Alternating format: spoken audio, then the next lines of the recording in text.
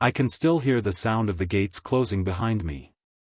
The thick, rusty bars of the iron gate groaning as they swung shut marked the moment my childhood ended. My parents had dropped me off at St. Gregory's Boys' College in Lagos with the usual words of encouragement, words I now realize were meant more for themselves than for me. "You're going to do great things here, Toby. It'll make you a man. This is how you'll learn to face the world." They left with smiles, but I could see the anxiety in their eyes. They didn't know what awaited me. I was just a 13-year-old boy from a small, peaceful home in Surulere, and the world I was stepping into wasn't the one they had imagined for me. It was a place where innocence was stripped away, and the weak were preyed upon. The school itself was enormous, the kind of institution that seemed to swallow everything within its walls. It was an old building with high walls and long, echoing corridors, an institution that had a reputation for its academic excellence, but also for being a place where discipline meant control by fear. St. Gregory's wasn't a place where you learned to thrive. It was a place where you learned to survive. The dormitory I was assigned to was on the far end of the school compound. Dorm 3. It was packed with boys, some of them seemed like they had been here forever, hardened by the system. The first night was the worst. I remember lying in my bunk, listening to the noise, the endless chattering, the yelling, the shuffling of feet. There were boys laughing, some of them more like growling, and others talking in low voices. I tried to close my eyes, to block out the chaos, but it was impossible. My heart raced. I wanted to run back home, to hug my mother and cry, but that was something I couldn't do. Not here. Not now. "Oi, new boy," I heard a voice call. I turned and saw an older boy, tall and lean, with a sharp, predatory look in his eyes. His name was Abiola, and he was a prefect. "Where's your food, huh? You've got something for your big brothers, don't you?" I didn't know what to say. I had a pack of biscuits I had brought with me. It wasn't much, but it was all I had. I handed them to him, trying not to make eye contact. He took them without a word, but I could see the hunger in his eyes, hunger not just for food, but for power. And in that moment, I realized something. In this place, you never kept anything unless you were prepared to defend it. The next few weeks blurred together. I learned the rules of the dormitory, though none of them were written down. The first rule was simple: give everything you have to the seniors, or they'll take it from you. If you didn't, you would regret it. And I wasn't ready for that. Michael was the leader of the older boys, and when I first saw him, I thought he might have been a teacher. He was big, muscular, with a face that was cold and distant. He looked like someone who had forgotten how to smile. Michael ran things around Dorm 3. The juniors, like me, were just pawns in his game. One day, I made the mistake of not giving him my books. They were my escape, my one piece of home. They were the only things that kept me grounded, and I wasn't ready to lose them. But Michael was ready to take them. "You're not listening, Junior," he said to me, his voice low and menacing. He grabbed me by the collar and slammed me against the wall. His hands were rough, like a man's hands, even though he was just a senior in the school. "You want to make it hard, huh? Fine. Let's see how tough you are." I didn't know what would happen next. My heart raced as I feared the worst. But Michael didn't hit me. Instead, he shoved me aside and told me to watch myself. By the second term, I had learned a painful truth: boarding school wasn't about learning, it was about surviving. And to survive, you had to play the game. That meant handing over anything you had that the seniors wanted. It meant doing what they told you without question, even if it meant humbling yourself to the point of humiliation. There was a night, a month into the term, that still haunts me. It was the night they dragged me out of bed for what they called the night shift. This was something that wasn't explained to us, it just happened. One moment, you were sleeping, and the next, you were yanked out of your bunk by an older boy, forced to walk into the cold night. The seniors would make you do anything, anything to make you feel their power. That night, they made me and a few other juniors perform menial tasks.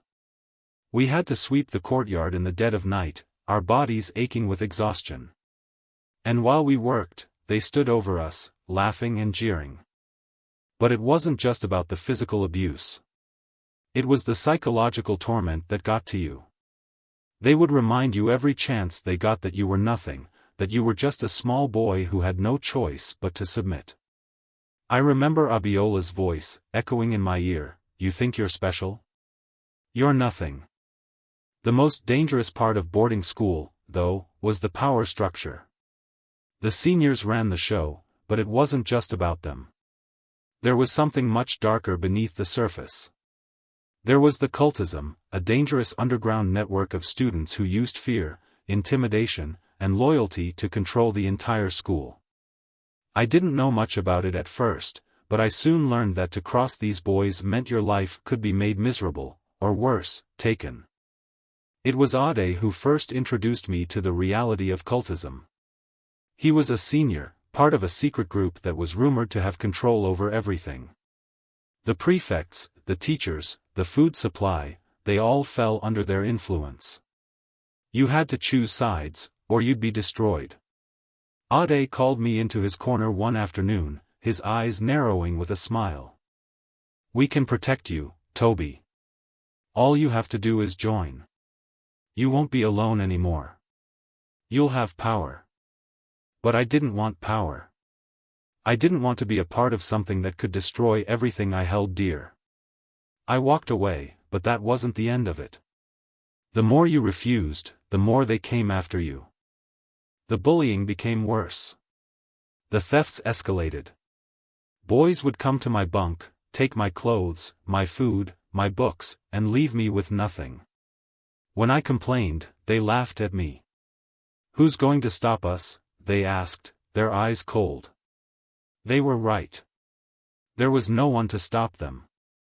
One of the most painful parts of this experience was seeing the negligence of our parents. They sent us to boarding school with the belief that we were in safe hands, that we were being trained to be strong. But they didn't know the truth. My mother would write to me, telling me how proud she was. "Stay strong, Toby. I know you're learning to be a man." But how could I tell her the truth? How could I explain to her that I was surrounded by older boys who took everything I had and that the teachers, those people who were supposed to protect us, were turning a blind eye? Some teachers even encouraged the abuse. They looked the other way when the seniors took money from the juniors in exchange for protection. One teacher even turned a blind eye when boys would sneak in alcohol and marijuana. I remember once, one of the teachers caught a senior smoking behind the library. Instead of punishing him, he asked for a little something in return for not reporting it to the principal. It was as if everyone had their price. But it wasn't just the teachers or the seniors that contributed to the problem, it was also the toxic culture of the school. The more I saw, the more I realized that this wasn't just about individual abuse. It was about a system that thrived on fear and control. We called it school fatherism, a twisted system where seniors would take juniors under their wing, but it wasn't to protect them, it was to control them. They became your school father, and you were expected to serve them in any way they demanded. One boy, Kola, was untouchable. His father was wealthy, influential. His school father was Femi, one of the most powerful boys in the school. But Kola wasn't just a protected boy, he was part of the system. He had to serve his father figure, running errands, delivering goods, even bringing in extra food from home to feed the seniors. In return, he was shielded from punishment, from the bullying. The years passed, and the school became more of a prison than a place of learning. The real lessons weren't in the classrooms, they were in the dormitories, the courtyards, and the hidden corners of the school. The lessons were about survival, about learning when to bow your head and when to fight back. But at what cost? What had I lost in the process? By the time I left St. Gregory's, I wasn't the same boy who had walked in through those gates. I had seen too much, endured too much. My parents thought they were sending me to a good school, but what they didn't know was that the real lessons I had learned weren't in my textbooks, they were in how to endure abuse, in how to navigate a system that preyed on the weak. I walked out of those gates, but I didn't feel free. I felt empty. The boy who had entered that school was broken. I had learned too much about the world. I had learned about fear, about power, about the lengths people would go to when they believed they could get away with anything. And though the school gates had closed behind me, the shadows of what happened there would haunt me for years to come. Life outside the walls of St. Gregory's was brighter, yes. But the darkness I had witnessed would always be a part of me. Because in the end, what I had learned wasn't how to be a man. It was how to survive in a world that chewed you up and spat you out. Leaving St. Gregory's was supposed to be a moment of freedom, but it was anything but that. As the gates of the school closed behind me, I didn't feel the relief I had imagined. In fact, I felt something worse, emptiness. I had spent so many years battling my inner demons, trying to survive, that I didn't know how to live outside those walls. The life I had come to know, one of constant fear, constant vigilance, had been my reality. And now, I had to face a world that no longer had the structure, the rules, or the sense of control I'd grown used to. The first few months outside the school were confusing. I had forgotten how to smile, how to relax. I constantly felt like I was being watched, like someone was about to strike from behind. I no longer felt like a boy, but a soldier, hardened by years of unseen wars. At first, I thought that leaving would be enough to escape the scars. I thought that once I was home, surrounded by my family again, I would forget. But it didn't work like that. No matter how hard I tried, the memories of the school, the violence, the betrayal, the isolation, stuck with me. I would hear the echoes of the names the boys had called me, see the shadow of Michael's predatory eyes, and feel the sting of the punishments I had endured. I had grown up at St. Gregory's, not in the way I was supposed to, but in the way the school forced me to. I had learned how to survive, but I hadn't learned how to live. The boy who walked out of St. Gregory's was no longer the same innocent child who had entered it. Life after boarding school. It wasn't just me who was affected. Many of my schoolmates from St. Gregory's, those who had endured the same trials, found life after the gates just as difficult. Some of them, like me, tried to move on, but the weight of what we had experienced never fully lifted. Take Tund, for example. Tund had been a quiet, intelligent boy when I first met him. He was always the one who would sit at the back of the class, his head buried in a book, trying to avoid the prying eyes of the seniors. He wasn't the toughest, nor was he the most athletic, but he had something that I admired, a quiet resilience. He didn't let the bullying and torment affect him as much as the rest of us. But when he left St. Gregory's, Tund became a shell of the boy he once was. The constant fear that had been instilled in him in school never truly went away. He started drinking heavily, at first just to numb the pain, but soon it became a crutch, something he couldn't live without. His grades, which had once been promising, plummeted. He stopped attending classes, withdrew from his friends, and eventually dropped out of university. The last time I heard from Tund was a few years ago. He had been arrested for a petty crime, something about stealing phones to feed his addiction. He hadn't changed much. The boy I knew at St. Gregory's had been eaten alive by the same system that had preyed on us all.